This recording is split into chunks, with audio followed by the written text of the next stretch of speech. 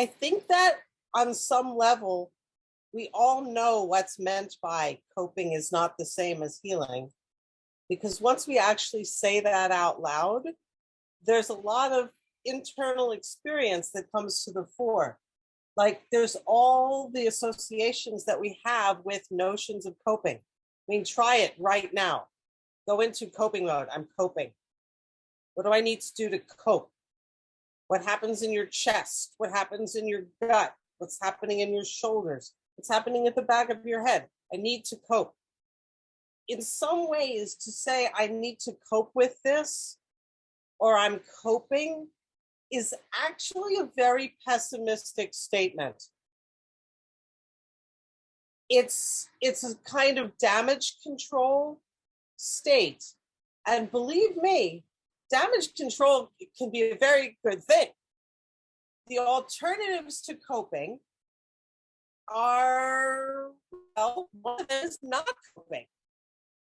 And so being able to cope and having really good coping skills, I'm not against it. In fact, I think it's great.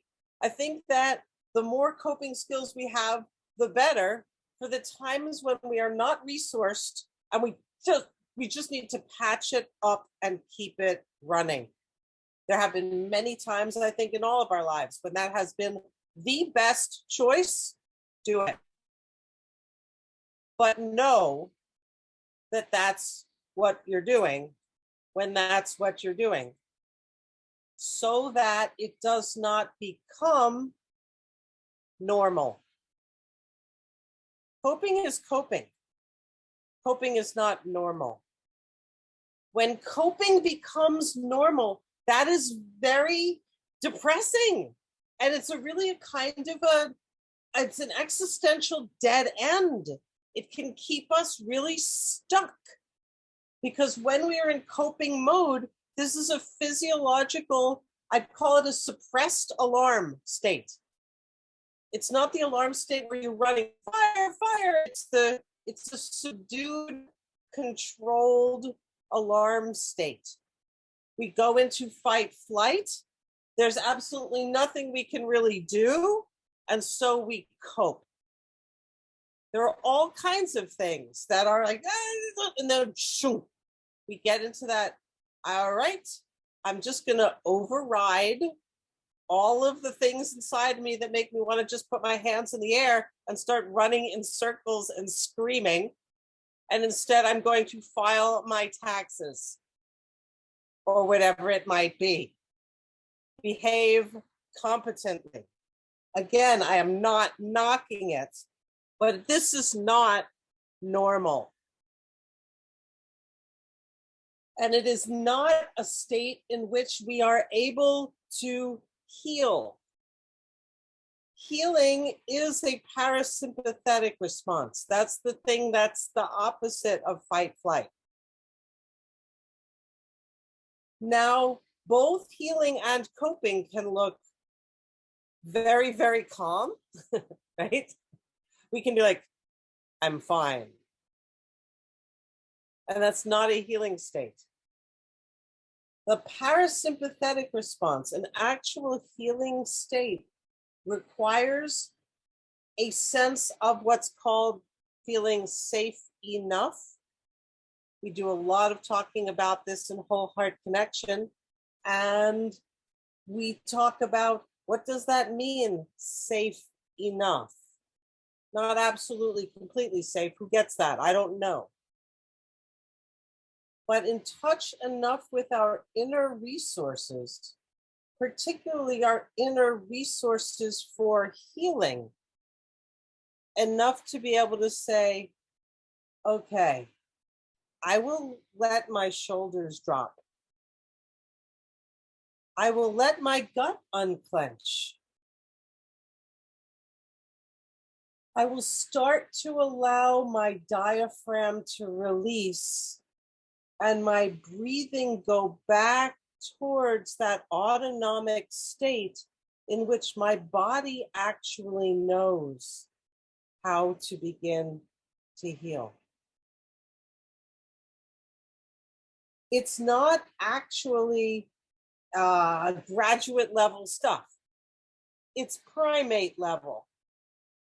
And what can get in the way is civilization. It's not higher cortical functions and PhDs. It's returning to some very primitive and basic capacities that are already inside of us, but that we may not have built a culture in our lives to remind us and support us to slide gently back into. I'm thinking about Pima Indian study. Pima Indians get studied a lot, especially when they're studying diabetes. And there was a big Pima Indian study. They divided the Pima Indians, a bunch of Pima Indians with really bad diabetes, into two groups.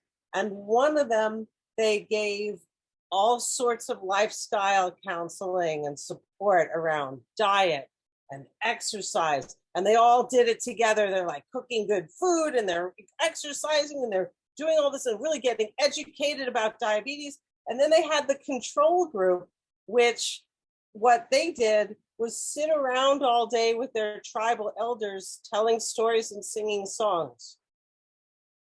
The control group outperformed, out-healed the medical group.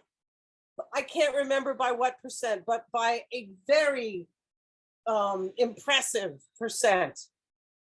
That is a culture that is designed to help a person just slip after dinner into a healing state together, telling stories, singing songs. What do you do after dinner? Does it bring you into a healing state? I can think of no more important question.